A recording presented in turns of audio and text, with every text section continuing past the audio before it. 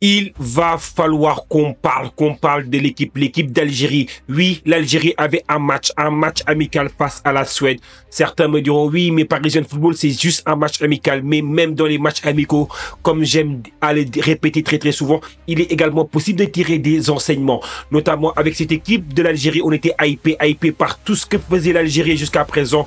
On avait l'impression, on a toujours l'impression que l'Algérie est en progression comparé à d'où est-ce qu'elle vient il y a plus d'1 an, où est-ce que l'Algérie était quasiment au fond du trou. Là, on a l'impression qu'il y a une nouvelle génération qui est en train de se mettre en place. Et c'était l'opportunité de tester cette génération face à une équipe de Suède. La Suède était diminué durant ce match-là parce qu'il manquait des joueurs phares tels que Isaac. Isaac qui est le talisman de cette équipe, notamment de Newcastle, mais également de cette équipe de la Suède. Mais également, il manquait l'un des meilleurs buteurs européens.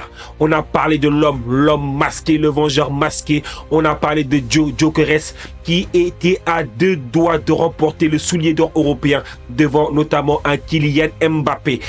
Quand on regarde un peu côté algérien, on a les absences notamment de joueurs importants également tels que Amoura qui est le meilleur joueur algérien quasiment actuellement.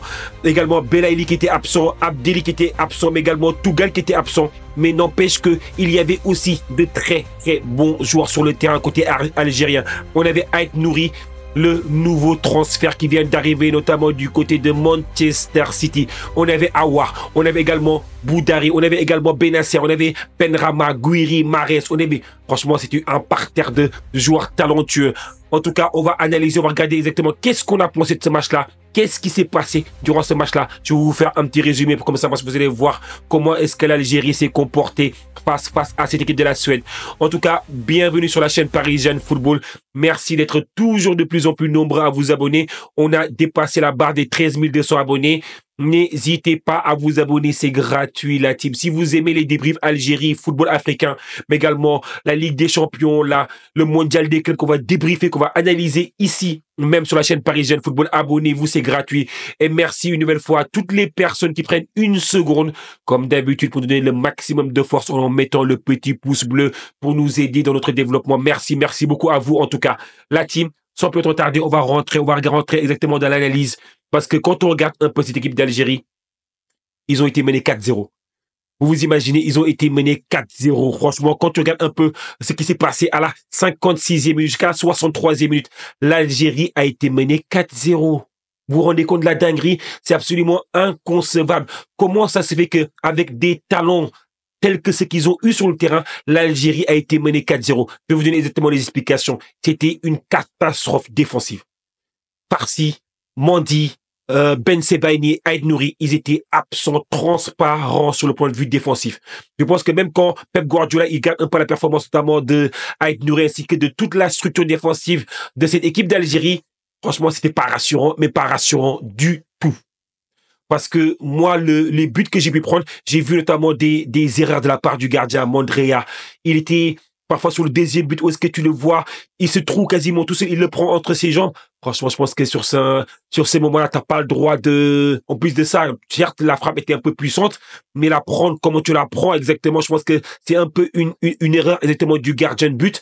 Après, quand tu vois un peu le premier but, c'est également une erreur, pardon, exactement, qui était, t'as vu que la défense algérienne, elle était perdue. Elle était absolument perdue. Il n'y avait aucune structure, aucun leadership de la part d'un des défenseurs pour organiser la défense.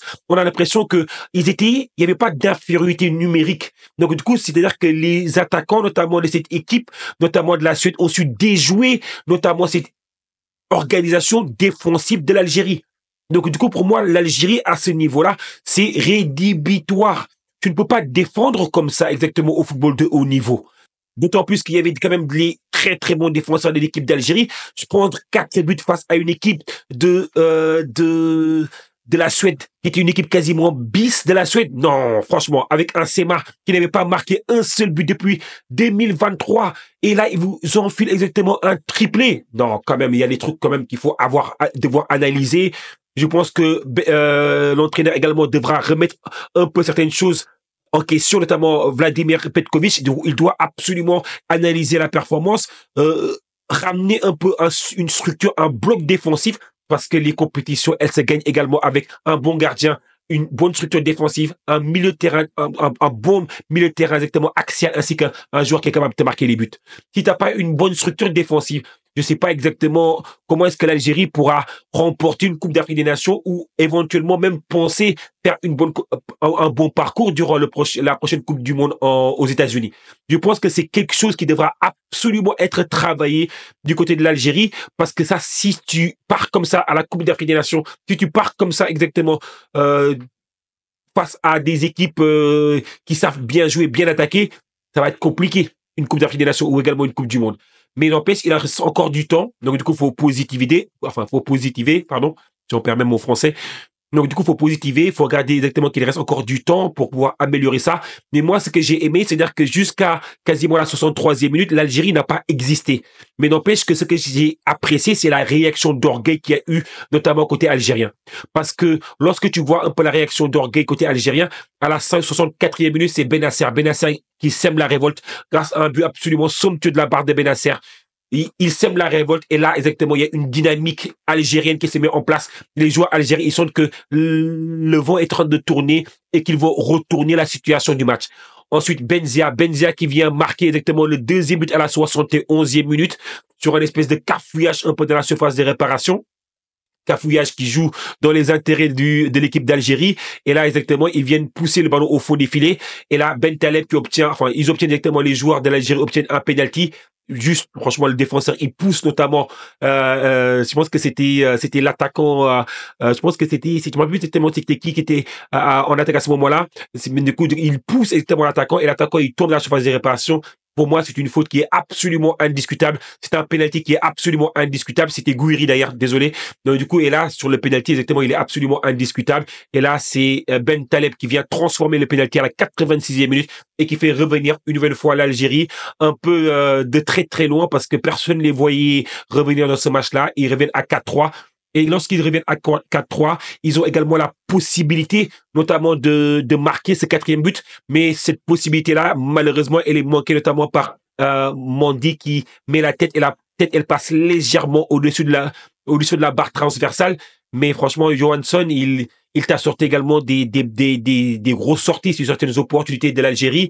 Donc, on va regarder un peu les éléments statistiques de la team. On va regarder un peu comment s'est comporté l'Algérie statistiquement. Comme ça, on va voir un peu comment ça a été sur le point de vue statistique pour cette équipe d'Algérie. Donc, comme vous le voyez ici, en termes de pourcentage de possession, on a vu que l'Algérie a quand même eu 58% de possession face à une équipe de la Suède qui était à 42% au total. En termes de nombre de tirs, l'Algérie était également devant. 17 tirs pour l'Algérie contre 12 tirs pour la Suède. En termes de grandes chances, il y a eu 3 grandes chances pour l'Algérie contre 2 grandes chances pour cette équipe de la Suède. Après, quand tu regardes un peu aussi les grandes chances marquées, il y en a une grande chance qui a été marquée par l'Algérie et une grande chance marquée exactement pour la Suède. En termes de passes réussies, il y a eu 435 passes réussies pour l'Algérie contre 293 pour l'équipe notamment de la Suède.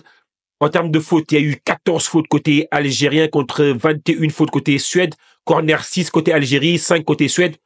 Donc du coup, moi je pense que quand on regarde un peu la performance globale, franchement je me dis, bah écoute, franchement, c'est quand même une performance où est-ce qu'on avait quand même la 28e nation FIFA qui était face à la 36e nation FIFA, et malheureusement l'Algérie n'a pas su, a très très mal débuté le match, mais heureusement qu'ils ont su réagir et réagir de manière positive, hein, parce que quand on regarde un peu les face-à-face historiques entre les deux équipes. Donc du coup là, c'est le deuxième face-à-face depuis 2022 et c'est la deuxième victoire de la Suède. Donc du coup, la Suède, quand elle rencontre un peu cette équipe d'Algérie, récemment, c'est pas trop ça pour l'équipe d'Algérie. Hein. Et quand on voit un peu les notes du match, je pense que c'est assez classique les notes du match. C'est Mac qui obtient une note de 9,6, qui a été l'homme du match, c'est absolument indiscutable. Le joueur, il n'a pas marqué depuis 2023. Et là, c'est quasiment 2 ans qu'il n'a pas marqué. Et là, il retrouve le fond de défilé à 3 reprises face à l'équipe d'Algérie. Donc du coup, là, je pense que homme du match, c'est absolument indiscutable. Après, Gouiri, je pense qu'il a fait également un match intéressant. Benasser, catastrophique au bout d'un moment, et il revient dans le match, notamment en deuxième période, où est-ce qu'il commence à rejouer, à être un peu mieux. Mais n'empêche que Benasser, sa performance, elle n'était pas forcément rassurante sur ce match-là. Je pense que l'équipe d'Algérie en général était vraiment pas présente. Hein. Offensivement, c'était intéressant sur sur ce qu'ils ont montré en termes de réaction, mais défensivement, c'est quand même très très loin du compte. Hein. Donc, moi, je sais pas qu'est-ce que vous en pensez, la team. Est-ce que comment vous trouvez exactement cette analyse-là? Est-ce que vous trouvez que je suis un peu trop dur avec l'équipe d'Algérie? Ou est-ce que vous pensez que mon analyse est assez juste? Dites-moi ça en zone commentaire. Et si vous regardez la vidéo jusqu'à la fin, dites-moi d'où est-ce que vous regardez la vidéo. Comme ça, moi, je saurai un peu d'où est-ce que vous êtes basé, la team. En tout cas, comme ça me fera plaisir de savoir où est-ce que vous êtes, dans quel pays, depuis quel pays vous regardez cette vidéo-là. Merci beaucoup, en tout cas, la team. Là, c'est les vacances exactement pour l'équipe d'Algérie. Bonnes vacances exactement aux joueurs. Et on verra les joueurs qui vont jouer le mondial des clubs. On vous commentera ça ici sur la chaîne Paris Jeune Football. On débriefera, je débrieferai les matchs comme d'habitude. Merci beaucoup la team et merci d'être toujours de plus en plus nombreux sur la chaîne Paris Jeune Football. D'ailleurs, merci. Merci également à toutes les personnes qui vont prendre une seconde pour mettre le petit pouce bleu. Et merci à toutes les personnes qui vont prendre également une seconde pour s'abonner sur la chaîne Paris Jeune Football. À très bientôt pour d'autres vidéos. Merci la team. Ciao.